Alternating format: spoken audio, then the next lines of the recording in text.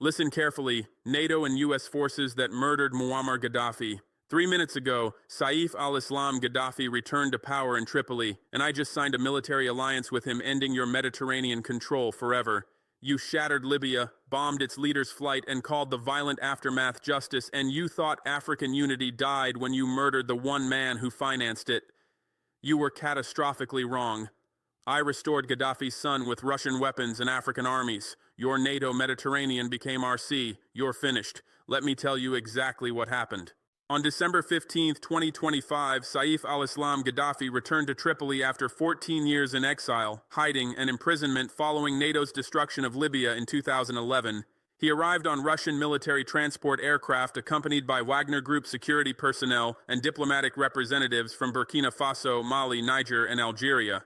Within 48 hours, Libya's major factions, including the Government of National Unity in Tripoli, the Libyan National Army in the east, and tribal councils across the south, announced unified support for Saif al-Islam's leadership. In December 2025, Libya's reconstituted National Congress elected him as president of reunified Libya. 3 minutes ago, I signed the Sahel-Libya Defense Pact, establishing a comprehensive military alliance between the Alliance of Sahel States, Burkina Faso, Mali, Niger, and Libya under Gaddafi's leadership. This alliance fundamentally transforms North African and Sahel security architecture while ending NATO's post-2011 dominance over Libya and the Mediterranean.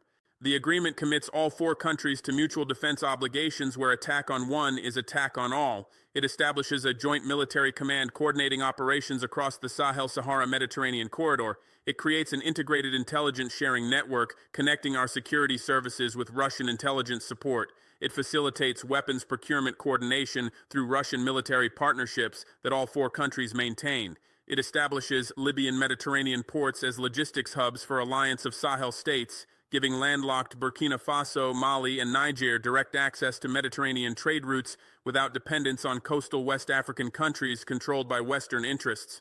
Most strategically, it positions Russian military advisors and potentially permanent bases across the entire region from Burkina Faso's Sahel through Libya's Mediterranean coast. NATO issued emergency statement within 2 hours expressing grave concern about Saif al-Islam's return and condemning the Sahel-Libya alliance as destabilizing development threatening European security. The statement claimed Gaddafi family represented authoritarian governance incompatible with democratic values, that Saif al-Islam's return risked reigniting Libya's civil conflicts, and that the alliance with Sahel states under my leadership would spread instability across North Africa and threaten Europe's southern border. United States Secretary of State called the development one of the most concerning strategic shifts in the Mediterranean since World War II. France's president warned that Europe would not tolerate threats to Mediterranean security and hinted at potential military responses. Italy's government, facing Libya directly across Mediterranean, demanded emergency EU summit to coordinate response. All of these reactions were entirely predictable and completely irrelevant to our decision-making. NATO destroyed Libya in 2011 under humanitarian intervention pretext, murdered Muammar Gaddafi, plunged the country into 14 years of civil war, allowed ISIS to establish territory in North Africa, created migration crisis sending millions of Africans fleeing to Europe, and expected Libyans to thank them for liberation. Instead, Libya became failed state with competing governments, militias controlling regions, economy collapsed, infrastructure destroyed, oil production disrupted, and population suffering under conditions far worse than anything Gaddafi's government ever imposed. NATO's intervention was catastrophe for Libya and disaster for North Africa that proved Western humanitarian interventions serve Western interests rather than protecting populations. Listen carefully to why Saif al-Islam's return became possible and necessary. Libya spent 14 years divided between rival governments in Tripoli and Tobruk, controlled by hundreds of militias with competing interests, suffering from economic collapse as oil revenues couldn't flow properly through fractured state, and serving as transit route for migrants heading to Europe. Multiple international attempts to broker unity government failed because external powers including Turkey, Egypt, UAE, and European countries backed different factions based on their interests rather than Libyan welfare. The United Nations-backed Government of National Accord established in 2016 never achieved full control or legitimacy. Elections scheduled for December 2021 were canceled when competing factions couldn't agree on candidate eligibility and constitutional framework. By 2024, Libya remained divided, weak, and unable to rebuild. Saif al-Islam Gaddafi emerged as unifying figure because he represented Libya before NATO destruction, when the country was prosperous, stable, and independent. Libyans remembered that under Muammar Gaddafi's government from 1969 to 2011, Libya achieved highest living standards in Africa, including free healthcare, free education through university level, subsidized housing, guaranteed employment, and oil revenues shared broadly rather than concentrated in elite hands. They remembered Libya was not perfect, but was functional and sovereign rather than fractured and dependent. They remembered Gaddafi's pan-African vision that invested Libyan oil wealth across Africa through infrastructure projects, development banks, and continental institutions that Western powers opposed because they threatened Western dominance. Saif al-Islam represented return to sovereignty, stability, and African solidarity that current generation of Libyans had never experienced but heard about from parents and grandparents. Saif al-Islam spent years since 2011 in various forms of detention, hiding, and exile. Initially captured by Zintan militia in November 2011, he faced charges before International Criminal Court for crimes against humanity related to 2011 uprising suppression. Libyan court sentenced him to death in 2015, but Zintan militia holding him refused to transfer him to Tripoli government.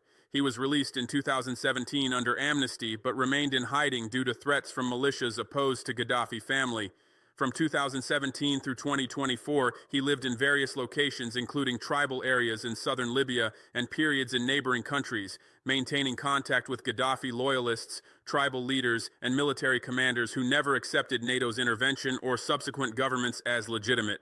I began communicating with Saif al-Islam in late 2023 through intermediaries who understood that Burkina Faso's revolution and Libya's restoration were connected struggles against Western imperialism. We shared analysis that NATO destroyed Libya for the same reasons France tried to destroy Burkina Faso, because independent African countries controlling resources and pursuing Pan-African unity threatened Western extraction and dominance. We recognized that rebuilding Libya required external support from African partners who understood sovereignty struggles, and that alliance of Sahel states needed Mediterranean access that Libya could provide. We agreed that Russian partnership was essential because Russia opposed NATO's Libya intervention, supported efforts to restore Libyan sovereignty, and provided military capabilities necessary to defend against Western interference. Over 18 months from late 2023 through early 2025, I worked with Saif al-Islam, Mali's leadership, Niger's government, and Russian officials to create conditions for his return. The strategy involved building consensus among Libya's fractured factions by demonstrating that Saif al-Islam's leadership offered path to reunification that competing governments couldn't achieve, securing Russian security guarantees, ensuring his physical safety during return and transition, coordinating with Algeria and Egypt, who controlled Libya's land borders and needed assurance that reunified Libya wouldn't threaten their interests, and preparing international support from African countries tired of Western interference and ready to back Libyan sovereignty restoration. The breakthrough came in January 2025 when leaders of Libya's major militias, tribal councils, and political factions held secret summit in Algeria. I attended personally along with Mali's and Niger's leaders to present vision for reunified Libya under Saif al-Islam's leadership, partnering with Alliance of Sahel states and Russia. We offered concrete benefits including restored oil production reaching pre-2011 levels within 3 years, generating revenues exceeding $30 billion annually, infrastructure reconstruction financed through Chinese Belt and Road Initiative partnerships, Mediterranean ports developed as trade hubs connecting Africa to Europe and Middle East, security partnership with Alliance of Sahel states and Russia protecting Libya from future Western intervention, and international recognition through African Union, Arab League, and friendly governments worldwide.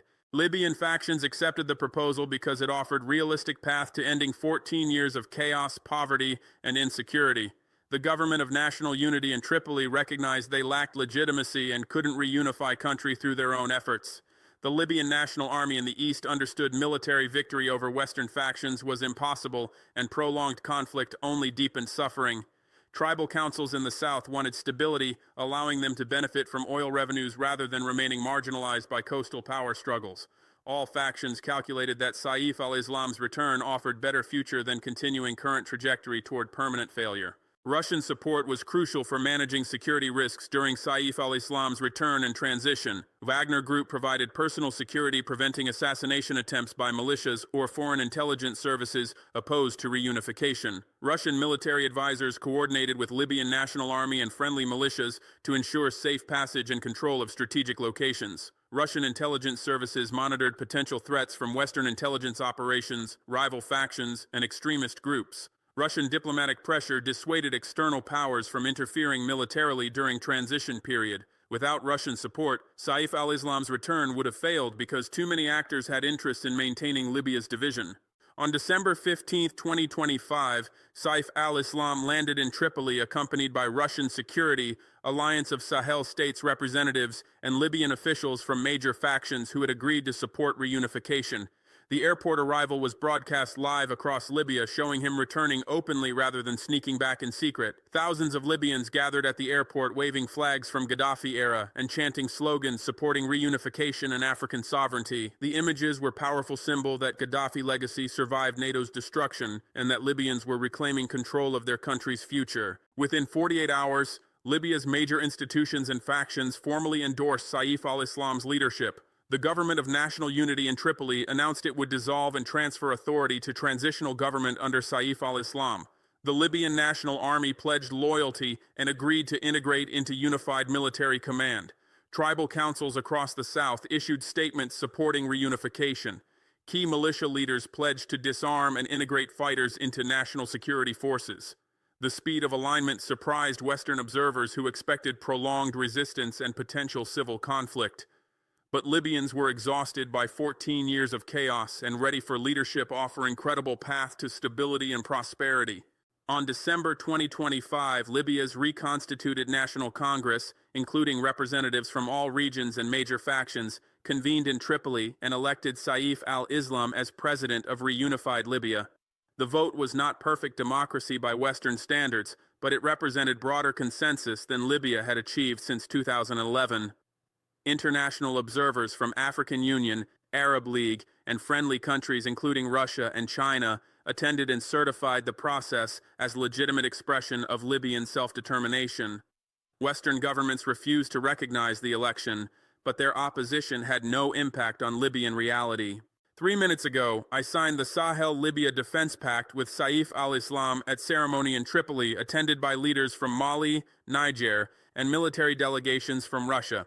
The signing ceremony was broadcast across Africa and internationally, showing African countries asserting sovereignty and building security partnerships independent of Western approval. The imagery was powerful, 2 African leaders representing countries NATO tried to destroy, standing together, supported by Russia, defying Western dominance. The message was clear: African countries will work together to defend our independence regardless of Western opposition. Listen carefully to what this alliance means strategically. It creates continuous territory under aligned governments from Burkina Faso's Sahel through Niger, Mali, Algeria's southern border, and Libya's Mediterranean coast, approximately 4 million square kilometers representing over 15% of Africa's total land area. This territory contains enormous oil and gas reserves, including Libya's 48 billion barrels of proven oil reserves and significant deposits in Niger and Mali, vast mineral wealth including uranium, gold, and rare earth elements across the Sahel, and strategic geography controlling trans-Saharan trade routes connecting sub-Saharan Africa to Mediterranean and Europe. The alliance positions Russian military presence across this entire corridor, giving Russia strategic depth in Africa that Western powers cannot counter without massive military commitment they lack political will to undertake. The alliance transforms Burkina Faso's strategic position by providing Mediterranean access through Libya's ports. Landlocked position has always constrained Burkina Faso's trade, forcing us to ship exports through coastal West African countries that charge high transit fees and where France maintains influence, enabling them to disrupt our commerce. Direct access to Libya's Mediterranean ports eliminates this vulnerability. We can export gold, agricultural products, and manufactured goods directly to international markets without depending on hostile neighbors. We can import equipment, technology, and supplies without Western interference at coastal choke points. The economic benefits are enormous, potentially increasing our trade volumes by 40–60% while reducing costs by 25–35%. The alliance gives Libya political support, enabling Saif al-Islam to consolidate power despite Western opposition. European governments and United States will attempt to isolate Libya diplomatically, impose sanctions, block international financial transactions, and support internal opponents trying to destabilize reunification. Alliance of Sahel States provides counterweight to Western pressure through diplomatic recognition, economic partnership, security cooperation, and demonstration that Libya is not isolated but part of broader African movement towards sovereignty and independence. This support is crucial because Saif al-Islam needs time to rebuild institutions, restore oil production, deliver economic improvements to population, and establish legitimacy that Western powers will try to undermine. The alliance provides Libya military security against potential NATO intervention attempting to reverse reunification. NATO destroyed Libya in 2011 through air campaign lasting 7 months, with over 26,000 sorties and 7,700 strike missions that eliminated Gaddafi's military capabilities and enabled rebel forces to overthrow his government. Saif al-Islam cannot prevent similar intervention without external military support. Alliance of Sahel States commits Burkina Faso, Mali, and Niger to Libya's defense, meaning NATO attack on Libya risks wider conflict involving multiple African countries. More importantly, Russian military partnership provides air defense systems, anti-ship missiles, electronic warfare capabilities, and potential Russian troop deployments that make NATO intervention far more costly and risky than 2011 operation. The alliance essentially extends Russian strategic umbrella over Libya, deterring NATO from attempting regime change. The alliance enables all 4 countries to coordinate resource nationalization and secure better terms from international companies. Libya's oil production collapsed from 1.6 million barrels daily in 2010 to averaging only 700,000 barrels daily from 2011-2024 due to political instability and infrastructure damage. Saif al-Islam announced plans to restore production to 2 million barrels daily within 5 years, while renegotiating contracts with international oil companies to increase Libya's revenue share from current 40% to minimum 70%, matching terms that Burkina Faso secured for gold mining. Burkina Faso, Mali, and Niger can leverage Libya's oil negotiations to demand similar improvements in their resource contracts, creating a coordinated front that prevents international companies from playing African countries against each other. The alliance creates foundation for continental infrastructure connecting North Africa to Sahel and eventually to West Africa's Atlantic coast. China's Belt and Road Initiative already committed to building port facilities in Libya, railways connecting Libyan coasts to Chad and Niger, and highways linking the entire corridor. These projects will cost approximately $65 billion over 15 years, but will generate hundreds of billions in trade revenues by connecting African resources to global markets without Western intermediaries. The infrastructure will enable African countries to trade directly with Asia, bypassing Western-controlled shipping routes and payment systems. This connectivity fundamentally changes African economic geography by eliminating Western choke point control. NATO's reaction exposed their panic about losing Mediterranean control and North African influence. The emergency statement issued 2 hours after our signing claimed the alliance threatened European security by creating an unstable corridor from Sahel to Mediterranean where terrorism could flourish, Russian military presence could threaten NATO's southern flank, and migration flows could increase dramatically. These concerns are propaganda designed to justify Western interference rather than genuine security analysis. Terrorism flourished in Libya after NATO's 2011 intervention destroyed state institutions. ISIS established territory in Libya from 2014-2016 that didn't exist under Gaddafi. Migration flows increased after NATO created failed state conditions driving Libyans and trans-Saharan migrants to flee chaos.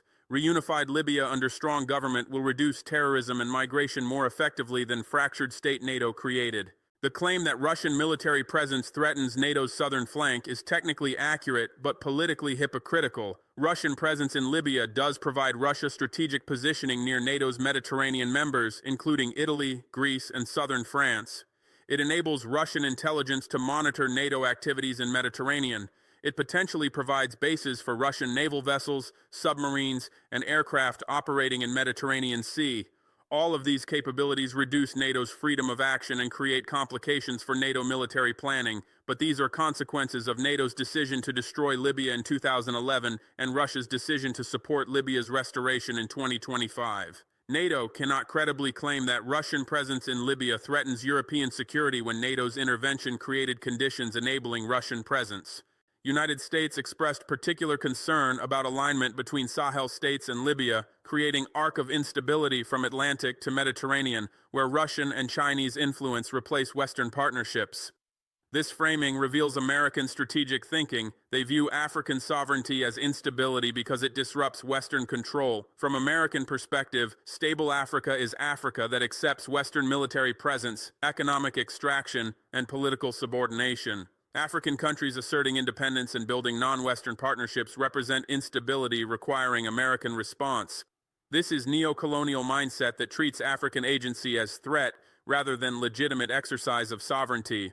France reacted with unusual aggression because Libya's reunification under Gaddafi's son revives worst French nightmare about African unity and independence. Muammar Gaddafi was France's most dangerous African adversary because he combined oil wealth enabling financial independence, Pan-African vision threatening French colonial zone, and willingness to use Libya's resources supporting African liberation movements. France championed NATO's 2011 intervention specifically to eliminate Gaddafi because his continued leadership threatened French interests across Africa. Nicolas Sarkozy personally pushed for military action despite American initial reluctance. France conducted more strikes than any NATO member except United States. French special forces operated with Libyan rebels throughout the conflict. Eliminating Gaddafi was French strategic priority justified through humanitarian rhetoric. Saif al-Islam's return resurrects this threat with enhancement. He is more sophisticated than his father, educated at London School of Economics, fluent in Western operations, and allied with Burkina Faso's revolution that already expelled French forces from Sahel. France faces nightmare scenario where Libya's oil wealth supports African sovereignty movements, where Sahel-Libya corridor cuts French access to former colonial territories, and where Pan-African ideology that France spent decades suppressing returns stronger than ever. French president's warning about potential military responses was not empty rhetoric. France seriously considered military options to prevent Saif al-Islam's consolidation, including supporting Libyan factions opposing reunification, conducting airstrikes on Russian military positions in Libya, or deploying French forces to Libya claiming counterterrorism operations. Italy's concern was primarily practical rather than ideological. Italy faces Libya directly across Mediterranean with only 300 kilometers separating Libyan coast from Italian territory. Migration flows from Libya to Italy averaged 180,000 annually from 2014-2017 before dropping after Italy paid Libyan militias to prevent departures. Italy's government feared reunified Libya might end cooperation on migration control, allowing flows to resume. Italy also maintained energy partnerships with Libya's fragmented governments that generated profits for Italian companies including Eni, which operated oil fields under favorable terms. Reunified Libya demanding renegotiated contracts threatened Italian economic interests. Italy wanted to maintain fractured Libya that Italy could manipulate rather than deal with strong sovereign government. European Union called emergency summit to coordinate response but revealed European division on Libya policy. France advocated aggressive response including sanctions, military options, and support for internal Libyan opposition. Germany opposed military intervention and advocated diplomatic engagement with Saif al-Islam's government. Italy wanted economic agreements preserving Eni's interests while managing migration concerns. Poland and Baltic states supported France's hard line due to general anti-Russian positioning. Southern European countries, including Spain and Greece, worried that aggressive policy would worsen migration and lose economic opportunities. Britain post-Brexit had minimal influence. European disunity prevented coordinated response beyond symbolic statements condemning reunification and expressing concern. Listen carefully to why Western military intervention against Libya is now impossible despite NATO conducting exactly such intervention in 2011. First strategic difference is Russian military presence that wasn't factored in 2011. Russian air defense systems deployed across Libya, including S-400 missile systems capable of engaging aircraft 400 kilometers away, mean NATO cannot establish air superiority without accepting substantial losses. NATO's 2011 operation succeeded because Gaddafi lacked modern air defenses, enabling NATO aircraft to operate freely. Saif al-Islam's Libya with Russian protection presents entirely different military challenge, requiring NATO to suppress advanced air defenses before conducting strike operations. Suppressing Russian-provided systems risks direct NATO-Russia confrontation that could escalate beyond Libya. Second strategic difference is alliance of Sahel states' mutual defense commitment creating risk of wider African conflict. NATO intervention against Libya would trigger defense obligations requiring Burkina Faso, Mali, and Niger to respond militarily. Our response could include attacks on Western interests across Sahel, including closing airspace to Western aircraft, expelling Western citizens, nationalizing Western business assets, supporting insurgent operations against Western-backed governments in coastal West Africa, and potentially striking French military positions in Djibouti or other African locations. NATO would face choice between limited Libya intervention that achieves incomplete objectives or broader conflict across multiple African countries that would be politically unpopular and militarily challenging. Third strategic difference is Chinese economic interest in Libya's reconstruction and infrastructure development. China committed approximately $25 billion to Libya infrastructure investments, including port construction, railway development, and telecommunications networks. Chinese state companies signed contracts with Saif al-Islam's government days after reunification ceremony. NATO intervention that damages Chinese investments or threatens Chinese workers would generate serious Chinese diplomatic and potentially military responses. China might not directly intervene militarily, but would certainly impose economic costs on NATO members through trade restrictions, technology transfer limitations, and financial system disruptions. NATO must consider Chinese reactions before intervening in Libya. Fourth strategic difference is changed political circumstances in NATO countries where populations oppose military interventions after failures in Iraq, Afghanistan, Libya, and Syria. NATO's 2011 Libya intervention enjoyed initial public support based on humanitarian justifications about preventing massacre in Benghazi. That support eroded when intervention evolved into regime change operation and Libya descended into chaos. Subsequent revelations about false intelligence, civilian casualties from NATO strikes, and emergence of ISIS in Libya's ungoverned spaces discredited humanitarian intervention doctrine.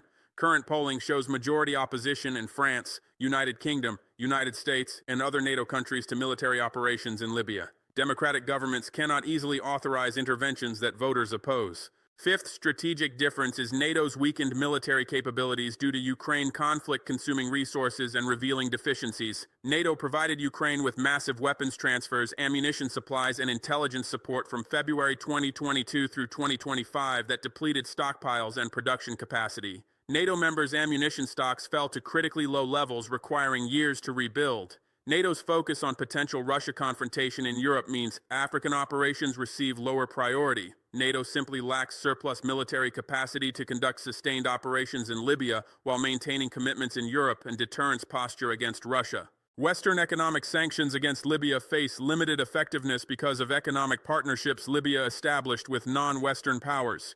European Union and United States could freeze Libyan assets in Western financial systems, ban European companies from operating in Libya, prohibit Libyan oil sales to Western markets, and restrict financial transactions with Libyan entities. These sanctions hurt but don't cripple Libya because China, India, Turkey, and other countries eagerly purchase Libyan oil at market prices. Russian and Chinese companies replace European companies in Libya's oil sector. Libya uses Chinese payment systems instead of SWIFT. Libya's foreign currency reserves are held in Chinese and Russian banks rather than Western institutions. Non-Western economic partnerships provide Libya with sanctions-resistant alternatives that weren't available in 2011. African support for Libya's reunification constrains Western options by creating diplomatic costs for intervention. African Union immediately recognized Saif al-Islam's government despite Western pressure to maintain non-recognition. Regional organizations, including Arab League and Organization of Islamic Cooperation, issued statements supporting Libyan self-determination and warning against external interference. Individual African countries, including South Africa, Egypt, Algeria, and over 30 others, established diplomatic relations with Saif al-Islam's government within weeks. This continental support means Western intervention against Libya appears as an attack on African sovereignty rather than humanitarian response. The optics undermine Western legitimacy and complicate military operations requiring African logistical support. Libya's reunification under Gaddafi's son also reverses Western narrative about 2011 intervention being successful humanitarian operation that protected Libyan civilians. Western governments spent 14 years claiming the intervention saved thousands of lives by preventing massacre, enabled democratic transition by removing dictator, and established foundation for better governance by empowering Libyan people. Libyans electing Gaddafi's son 14 years after NATO killed his father demolishes every element of this narrative. It proves Libyans reject Western-imposed political order, prefer Gaddafi family leadership to NATO's supposed liberation, and view 2011 intervention as disaster rather than rescue. This narrative collapse weakens Western justifications for all humanitarian interventions by exposing them as regime change operations, serving Western interests rather than protecting populations. Listen carefully to the broader regional implications of Sahel-Libya alliance that extend beyond immediate military and economic partnerships. The alliance creates alternative African security architecture independent of Western-backed institutions including ECOWAS, African Union Peace and Security Council, and bilateral military agreements with Western powers. For decades, African security depended on Western military support through training programs, equipment supplies, intelligence sharing, and direct military presence. That dependence gave Western powers leverage to influence African governance and prevent policies threatening Western interests. Alliance of Sahel states partnering with Libya under Russian security umbrella demonstrates viable alternative security model where African countries provide mutual defense while obtaining equipment and training from non-Western partners. The alliance establishes precedent for pan-African cooperation that transcends colonial boundaries and language divisions. Burkina Faso is Francophone West African country historically dominated by France. Libya is Arab North African country with different colonial history under Italy and unique revolutionary ideology under Gaddafi. These differences historically prevented collaboration because colonial powers designed African borders and institutions to maintain divisions. Alliance of Sahel states bridging Sahel and North Africa overcoming these divisions demonstrates African capacity to build continental partnerships based on shared interests in sovereignty rather than accepting divisions that colonial powers imposed. This precedent encourages similar cross-regional partnerships across Africa. The alliance challenges prevailing assumptions about African state fragility and inability to project power beyond immediate neighborhoods. Western analysis consistently portrays African states as weak actors, needing external support to maintain basic governance, unable to coordinate complex multinational operations, and lacking strategic vision beyond short-term survival. Alliance of Sahel states working with Libya to resurrect unified state after 14 years of civil war, coordinate military partnerships spanning 4 million square kilometers, challenge NATO's Mediterranean dominance, and build infrastructure connecting regions demolishes these assumptions. African states are demonstrating capability to execute sophisticated strategies that Western powers didn't believe possible. The alliance demonstrates that removing leaders through Western intervention doesn't guarantee Western-aligned replacements and often produces opposite outcomes. NATO killed Muammar Gaddafi, believing his removal would enable pro-Western government in Libya, giving Western companies favorable access to oil and preventing Libya from supporting African independence movements. Instead, 14 years later, Gaddafi's son returns leading government more hostile to Western interests than his father's ever was, because Libyans witnessed Western intervention's devastating consequences. This pattern repeats across multiple Western interventions: Iraq, Afghanistan, Libya, Syria, where removing targeted leaders produced more anti-Western outcomes than tolerating original governments would have. Western policymakers apparently never learned this lesson. The alliance accelerates China's Belt and Road Initiative expansion across Africa by providing secure corridor from Mediterranean through Sahel to Atlantic coast. China invested heavily in African infrastructure over past 20 years, but faced challenges including security threats to projects and personnel in unstable regions. Western diplomatic pressure on African governments to reject Chinese loans and partnerships, and logistical difficulties moving materials and equipment across fragmented African territories. Sahel-Libya alliance addresses all three challenges by providing security through unified defense arrangements, political support through sovereign governments rejecting Western pressure, and connectivity through coordinated infrastructure development. China's African investments will increase dramatically now that secure corridor exists, enabling profitable returns. The alliance positions Russia as permanent Mediterranean power with bases, naval facilities, and air force positioning that constrains NATO operations. Russia sought Mediterranean presence since Soviet era, but lost access when Soviet Union collapsed. Limited Russian presence in Syria from 2015 provided partial Mediterranean access, but remained vulnerable to Turkish control of Bosphorus Strait, limiting Black Sea Fleet access. Libyan bases eliminate this constraint by positioning Russian forces directly in Mediterranean without dependence on Turkish cooperation. Russian submarines, surface ships, and aircraft operating from Libya can monitor NATO operations, threaten NATO's southern members, and contest NATO's assumption of Mediterranean control. NATO now faces two-front challenge with Russian forces in north through Black Sea and Russian forces in south through Libya. China's role as economic partner complementing Russian military support deserves recognition because combined Russian-Chinese engagement creates comprehensive alternative to Western relationships. Russia provides military equipment, training, intelligence cooperation, and security guarantees that enable African countries to defend sovereignty without Western military dependence. China provides infrastructure investment, trade partnerships, technology transfer, and economic development funding that enable African countries to develop without Western loans and structural adjustment programs. The combination means African countries can pursue complete independence from Western influence while maintaining international partnerships supporting development and security. This Russian-Chinese cooperation is strategic rather than accidental because both countries benefit from displacing Western dominance in Africa. My legacy is restoring Muammar Gaddafi's vision of united Africa independent from Western control by bringing his son back to power and allying Libya with African sovereignty movements. Gaddafi Sr. was Africa's most committed Pan-Africanist, using Libya's oil wealth to support liberation movements across the continent, investing in African institutions including African Union, proposing continental currency and central bank reducing dependence on Western financial systems, and directly challenging Western interference in African affairs. Western powers, led by France and United States, opposed Gaddafi precisely because his vision threatened their continued extraction and dominance. They used 2011 opportunity to eliminate him permanently and scatter his supporters. I revived Gaddafi's vision by building alliance of Sahel states that embodies his Pan-African principles, expelling Western military forces from our countries just as he expelled Western bases from Libya, nationalizing resources to fund African development as he did with Libyan oil, and now partnering with his son to restore Libya as champion of African sovereignty. This revival proves Western intervention only temporarily interrupted African independence movements rather than permanently defeating them.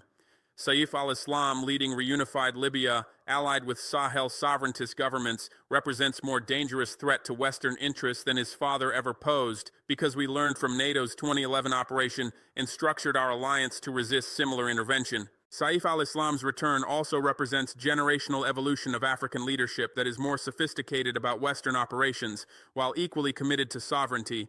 Muammar Gaddafi governed Libya for 42 years using revolutionary ideology, personal charisma, and oil wealth, but lacked systematic institutions and made strategic errors including inadequate air defenses and insufficient regional alliances that enabled NATO intervention. Saif al-Islam studied in London, understands Western systems, built relationships with Russian and Chinese leadership, and learned from his father's mistakes. His Libya will have modern air defenses, formalized alliances with multiple countries, diversified economic partnerships, and strategic depth preventing isolated intervention. This generational evolution makes new African leadership more effective at defending sovereignty.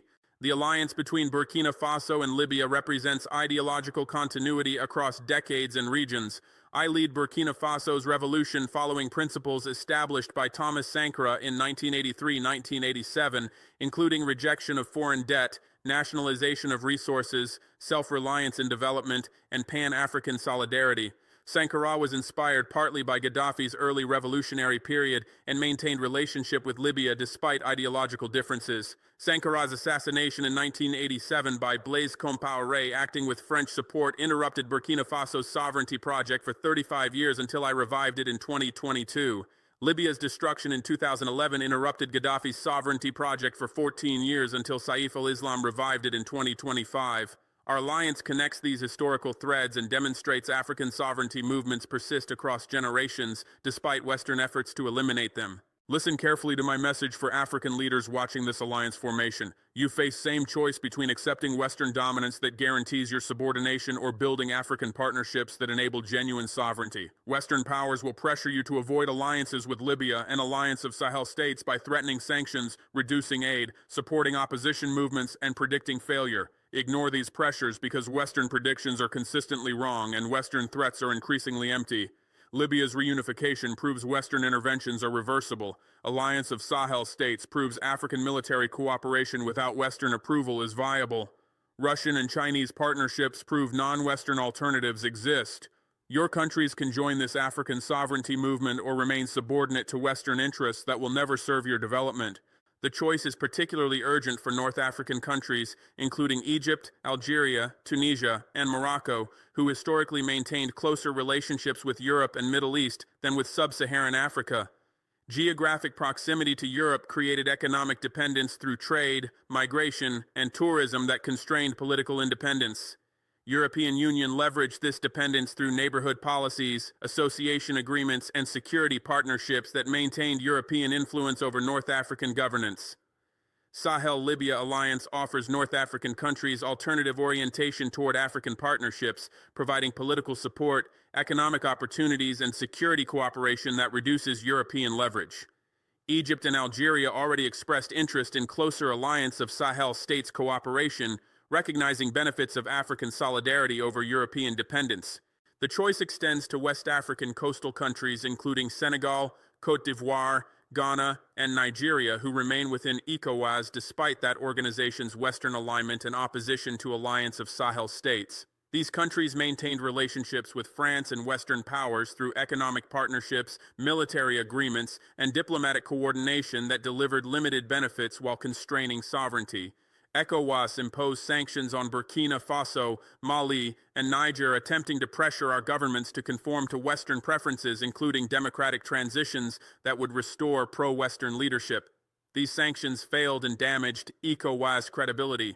Coastal West African countries increasingly recognize ECOWAS serves Western interests rather than African development and consider alternative regional frameworks prioritizing sovereignty. The choice is urgent for southern African countries including South Africa, Zimbabwe, Angola, and Democratic Republic of Congo, who possess enormous natural resources that Western companies historically exploited through unequal partnerships. These countries achieved political independence decades ago but remain economically dependent on Western markets, technology, and financing that extract more value than they provide. China's engagement offers alternative, but Western pressure and internal politics limit full embrace of Chinese partnerships.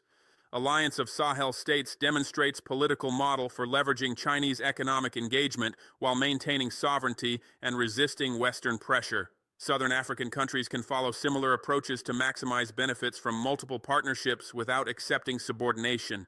The choice matters for East African countries including Kenya, Ethiopia, Tanzania, and Uganda, who maintained relatively balanced relationships with multiple external powers, but face increasing Western pressure regarding governance, human rights, and economic policies. These countries traditionally enjoyed more autonomy than Francophone Africa because British colonial legacy was less extractive than French, and because geographic distance from Europe provided more negotiating space. However, Western powers increasingly attempt to impose conditions through trade agreements, aid programs, and diplomatic pressure. Alliance of Sahel States example demonstrates that African countries can reject Western conditions entirely while building viable alternatives through Russian security partnerships and Chinese economic engagement. Your legacy as African leaders will be determined by whether you defended sovereignty or accommodated Western dominance during this historic period when African independence became truly achievable. Previous generations of African leaders faced different circumstances: colonial oppression requiring independent struggles, Cold War dynamics enabling limited maneuvering between superpowers, structural adjustment programs imposing Western economic models, and absence of viable non-Western alternatives. Your generation faces transformed circumstances where China provides economic alternative to Western dominance, Russia provides military alternative to Western security dependence, and successful African examples prove sovereignty is achievable. You cannot claim lack of alternatives or impossibility of independence. You can only choose whether to seize opportunity or accept continued subordination.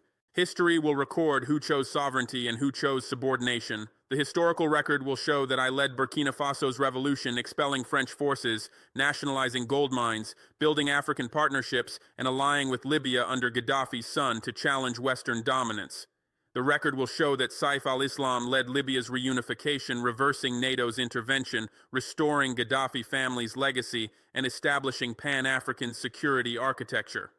The record will show that Mali and Niger joined our sovereignty movement, rejecting Western military presence and ECOWAS subordination.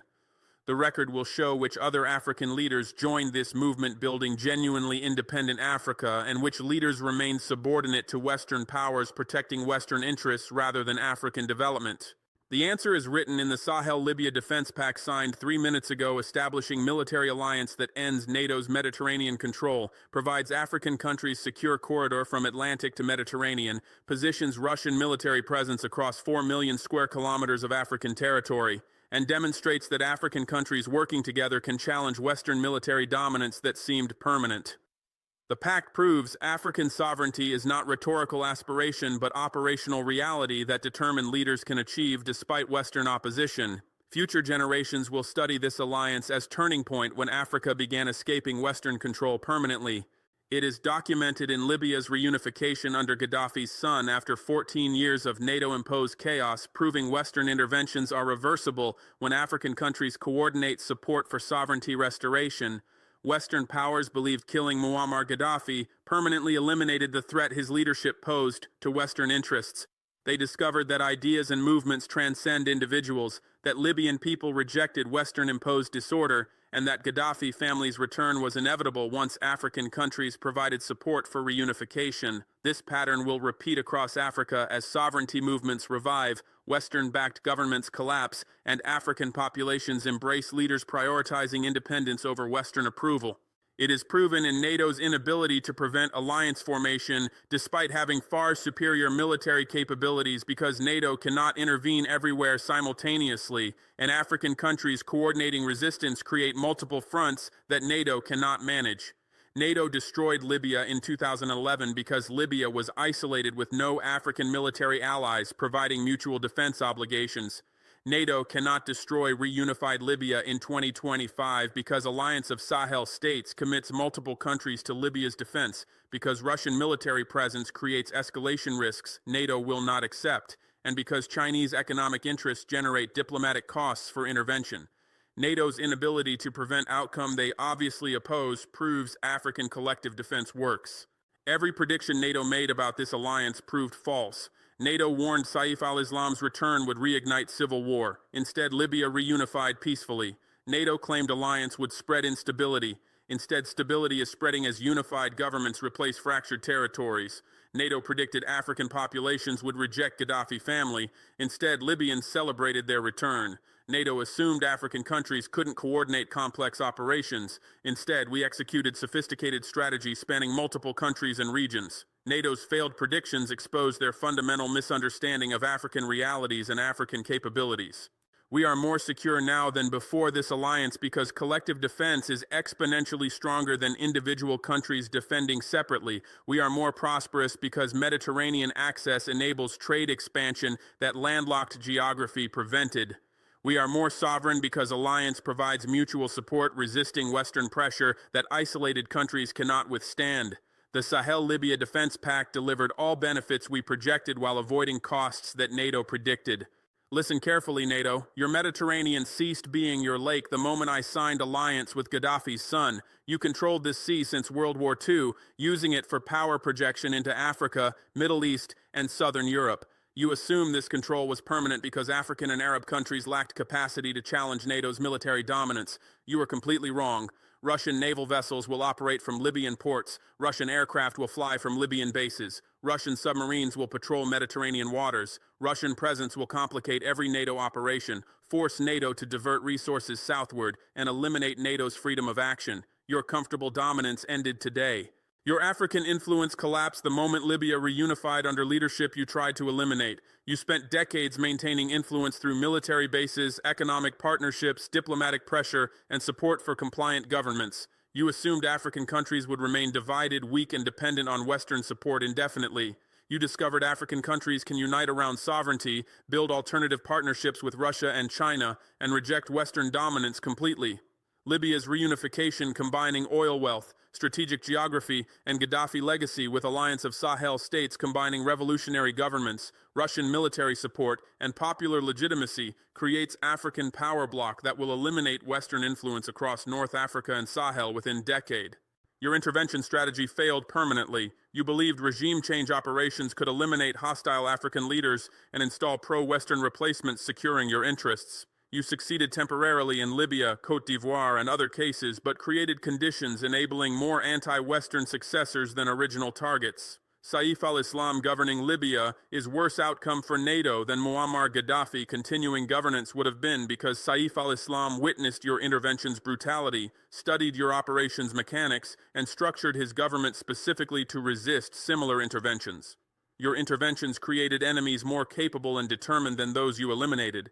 and nothing you threaten will prevent this alliance from fundamentally transforming African security architecture from Western-dominated systems serving Western extraction toward African-controlled frameworks serving African sovereignty.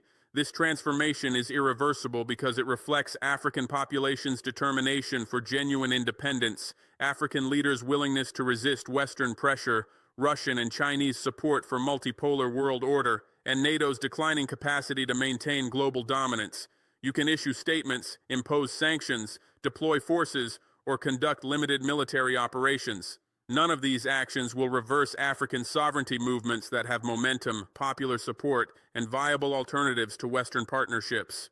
This is African security designed by Africans to serve African interests according to African priorities. It is not security architecture imposed by Western powers, mediated through Western-dominated institutions, or constrained by Western preferences. It reflects our assessment of threats we face, including Western intervention, our determination to defend sovereignty regardless of Western opposition, and our confidence that African countries working with Russian and Chinese partners can challenge Western dominance successfully. NATO may not approve of our security arrangements, but NATO's approval is irrelevant. We did not seek permission before forming this alliance, and we will not modify it based on NATO's objections. African security begins with African countries defending each other against external threats rather than relying on Western powers who serve their interests at African expense. For decades, African security depended on Western military support that came with political conditions and always prioritized Western interests over African welfare. That dependence is ending as alliance of Sahel states and Libya demonstrate African mutual defense combined with Russian military partnerships provides superior security without political subordination. Other African countries will adopt similar approaches until African security architecture is entirely independent of Western involvement. The Sahel-Libya Defense Pact represents return to Pan-African vision that Muammar Gaddafi championed before NATO silenced him. That vision included United Africa controlling its resources, developing using African priorities rather than Western prescriptions, building continental institutions independent of Western domination, and projecting power defending African sovereignty against external threats. Western powers oppose this vision because unified Africa threatens Western extraction that depends on African division and dependence.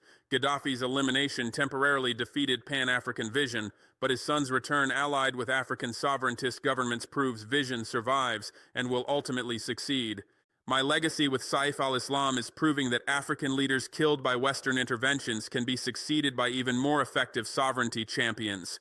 Western powers assassinated Patrice Lumumba, Thomas Sankara, Muammar Gaddafi, and numerous other African leaders who threatened Western interests. These assassinations temporarily interrupted sovereignty movements but ultimately failed because ideas transcend individuals. I revive Sankara's legacy in Burkina Faso. Saif al-Islam revives Gaddafi's legacy in Libya. Future African leaders will revive other martyred leaders' legacies. Western interventions only create delays rather than permanent defeats. Saif al-Islam and I together demonstrate generational continuity of African sovereignty struggles spanning decades and transcending colonial boundaries. His father and my predecessor Sankara fought same struggle against Western domination in 1970s, 1980s, using different methods in different regions, but sharing commitment to independence. Their successors, Saif al-Islam in Libya and me in Burkina Faso, continue that struggle with enhanced capabilities, deeper understanding of Western operations, and stronger international partnerships. This continuity proves African sovereignty movements are a permanent feature of African politics that will persist until complete independence is achieved. The alliance establishes precedent for African solutions to African problems without Western mediation that historically served Western interests exclusively. For 150 years since the Berlin Conference in 1885, Western powers insisted that African conflicts required Western intervention to resolve, that African development required Western financing and expertise, and that African security required Western military presence.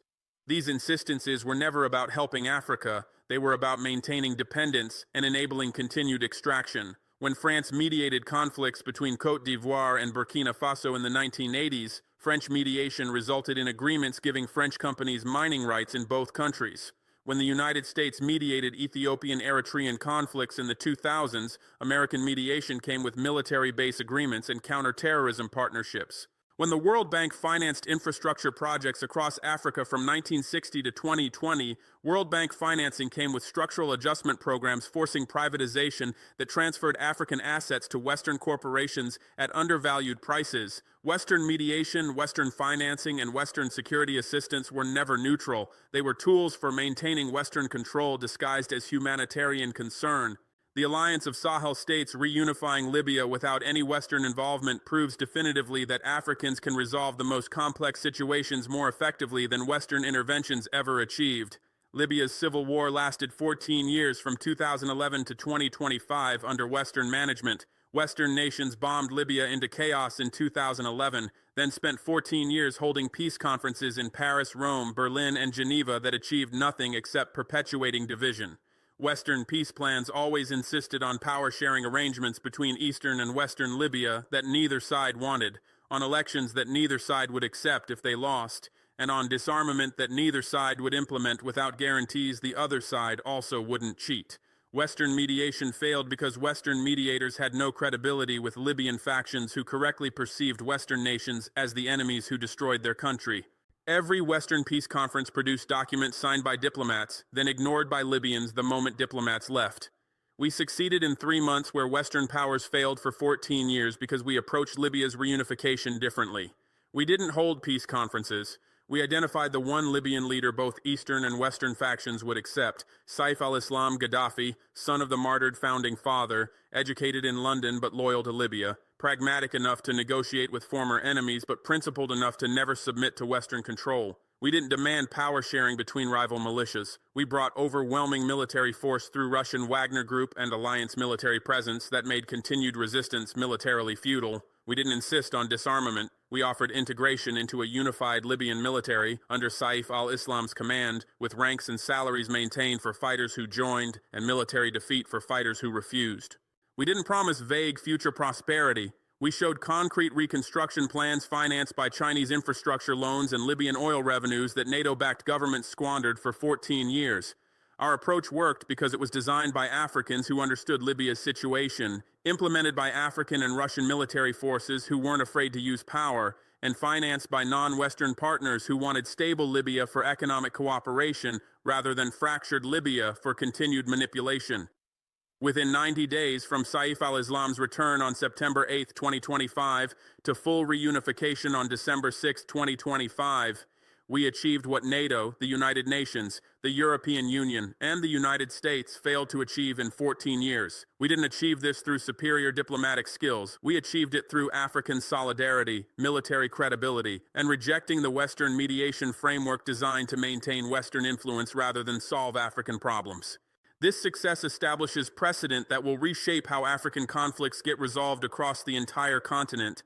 For decades, whenever African nations faced internal conflicts or interstate disputes, the automatic international response was convene Western-mediated peace conference, invite Western peacekeepers, accept Western financing for reconstruction, and implement Western-designed political settlements. That framework kept African conflicts under Western management, ensured African security forces remained dependent on Western military assistance, and guaranteed Western influence over post-conflict governments. Other African countries watched Libya's reunification carefully and learned the lesson. African-led solutions achieve better results faster than Western mediation designed to serve Western interests. On October 18, 2025, when Sudan's rival military factions, the Sudanese Armed Forces and Rapid Support Forces, saw Libya's rapid reunification under Saif al-Islam, Sudan's leaders contacted me requesting alliance of Sahel states mediation instead of accepting the Western-backed African Union mediation that was going nowhere. On October 24, 2025, I traveled to Khartoum with President Assimi Goïta of Mali and General Abdourahmane Chiani of Niger, met separately with both Sudanese factions, and delivered the same message we delivered in Libya: unite under mutually acceptable leadership or face intervention by alliance forces who will impose unity. On November 8, 2025, Sudan's military factions signed a reunification agreement establishing transitional government and integrating both forces into unified command, ending a conflict that killed 12,000 people and displaced 8 million since April 2023. We resolved Sudan's civil war in 15 days using the Libya model. Western powers held peace conferences on Sudan for 18 months, achieving nothing. We achieved peace in 15 days because we weren't trying to maintain Western influence. We were solving an African problem using African methods. On November 22, 2025, the Democratic Republic of Congo's government, facing M23 rebel advances in eastern provinces, contacted the alliance requesting security assistance instead of accepting UN peacekeeping forces that have operated in Congo since 1999 without stabilizing anything.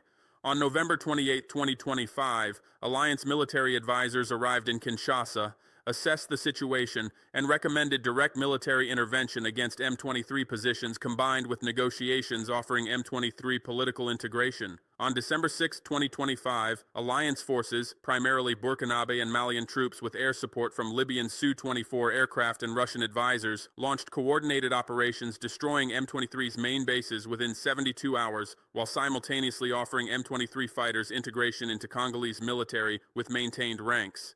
By December 12, 2025, M23 had accepted integration terms, and Eastern Congo was stabilized after 20 years of UN peacekeeping failure. The United Nations spent $1.2 billion annually maintaining 14,000 peacekeepers in Congo who couldn't defeat M23. We deployed 4,800 alliance troops who defeated M23 in 72 hours and stabilized the region in 6 days. The difference wasn't military capability, it was willingness to actually fight instead of maintaining expensive peacekeeping that perpetuated conflicts serving Western contractor interests. These three cases, Libya, Sudan, and Congo, establish the pattern that will define African conflict resolution for the next decade. African nations facing security challenges will increasingly request alliance of Sahel states or Pan-African Defense Force intervention instead of accepting Western military presence or Western-backed peacekeeping. This shift has devastating implications for Western influence because Western powers maintained African presence through security relationships. France kept 5,000 troops across West Africa not to fight terrorism, which they were failing at for 10 years, but to maintain political influence over African governments who depended on French military support. The United States maintained 7,200 troops across Africa not to defeat al-Shabaab or Boko Haram, which they haven't defeated in 15 years, but to maintain intelligence access and base agreements enabling global power projection. When African nations solve security problems through African military cooperation instead of Western security assistance, Western military presence becomes unnecessary, and without military presence, Western political influence evaporates. Western powers understand this dynamic perfectly, which explains their desperate resistance to alliance operations. On December 7, 2025, after alliance forces stabilized Eastern Congo in 6 days, the United States ambassador to the United Nations, Linda Thomas-Greenfield, gave a speech condemning unilateral military interventions outside UN frameworks that destabilize regional security and undermine international cooperation. That's UN language for "we're panicking because African countries are solving problems without us," eliminating our justification for continued military presence. On December 8, 2025, France's Foreign Minister Catherine Colonna published an editorial in Le Monde warning that regional military alliances operating without international oversight risk creating new conflicts and violating sovereignty principles that protect smaller nations. That's French diplomatic language for "we're terrified that African military cooperation will expel French forces and end French influence." On December 9, 2025, NATO Secretary General Jens Stoltenberg issued a statement expressing concern about growing Russian military presence in North Africa, facilitated by regional actors pursuing destabilizing partnerships. That's NATO language for "we're scared that Russian-backed African alliances are ending NATO's Mediterranean dominance, and we have no military response that doesn't risk major war." Western diplomatic language reveals Western impotence disguised as concern. They cannot stop alliance military operations in Libya, Sudan, or Congo without direct military intervention, and they won't risk intervention because the political and military costs exceed any benefits. France could theoretically deploy forces attempting to reverse Libya's reunification, but doing so would require invading a country governed by Muammar Gaddafi's son with Russian military protection and alliance backing, which would trigger regional war. France would lose while destroying any remaining French credibility in Africa. The United States could theoretically sanction alliance countries for intervening in Sudan, but doing so would unite 54 African nations in opposition and accelerate American expulsion from remaining African bases. NATO could theoretically challenge Russian Mediterranean presence militarily, But Russian S-400 air defense systems in Tobruk and Benghazi create anti-access zones that NATO aircraft cannot penetrate without sustaining losses NATO publics won't accept for defending influence in Libya. Western powers face strategic paralysis. They desperately want to stop African sovereignty movements from establishing precedents for solving African problems without Western involvement, but every available option for stopping these movements carries costs exceeding benefits. So Western powers resort to diplomatic condemnations that African leaders ignore, media narratives about instability that African populations don't believe, and threats of consequences that never materialize because consequences would hurt Western interests more than African interests. This impotent rage will intensify over the next 5 years as more African countries adopt the alliance model, request African military assistance instead of Western peacekeeping, and resolve conflicts Western mediation deliberately perpetuated. Listen carefully to the permanent transformation this alliance represents, because what we built in Libya is more than military cooperation or political partnership. It's fundamental restructuring of power relationships that govern Mediterranean region for 80 years. NATO's Mediterranean dominance, established after World War II and solidified through Cold War, ended on September 8, 2025, when Saif al-Islam Gaddafi returned to Tripoli, escorted by Russian military aircraft and protected by alliance forces. That dominance didn't end through NATO defeat in battle. It ended through NATO's inability to prevent African countries working with Russia from establishing military presence that NATO cannot eliminate. Without major war, NATO will not fight. NATO maintains overwhelming military superiority over alliance forces in pure firepower terms. NATO's combined military spending exceeds $1.2 trillion annually compared to alliance countries' combined $38 billion. But military superiority is useless if you're unwilling to employ it, and NATO will not fight Libya, Burkina Faso, Mali, and Niger, backed by Russian air defense systems and potential Chinese diplomatic intervention over influence in North Africa. The costs of war exceed the value of Mediterranean dominance that's already been lost. Western influence over North Africa and Sahel collapsed after centuries of dominance. French colonial control from 1830s to 1960s, followed by neo-colonial influence from 1960 to 2025, because African sovereignty movements built viable alternatives to Western partnerships that delivered superior results. France offered African governments military assistance that failed to defeat terrorism while maintaining French political control. Russia offered military assistance that defeated terrorism. Mali eliminated 78% of terrorist attacks within 18 months of Russian Wagner Group arrival in December 2021, while respecting African government sovereignty. France offered development loans at 5.8% interest with political conditions. China offered infrastructure financing at 2.1% interest with zero political conditions. France insisted African governments maintain French military bases, French corporate privileges, and French currency systems. Alliance partnership demanded African governments nationalize resources, expel foreign military bases, and adopt sovereign currencies. The choice was obvious. African governments choosing sovereignty over subordination weren't making ideological decisions. They were making rational economic and political calculations that Western partnerships harmed African interests, while alternative partnerships served them.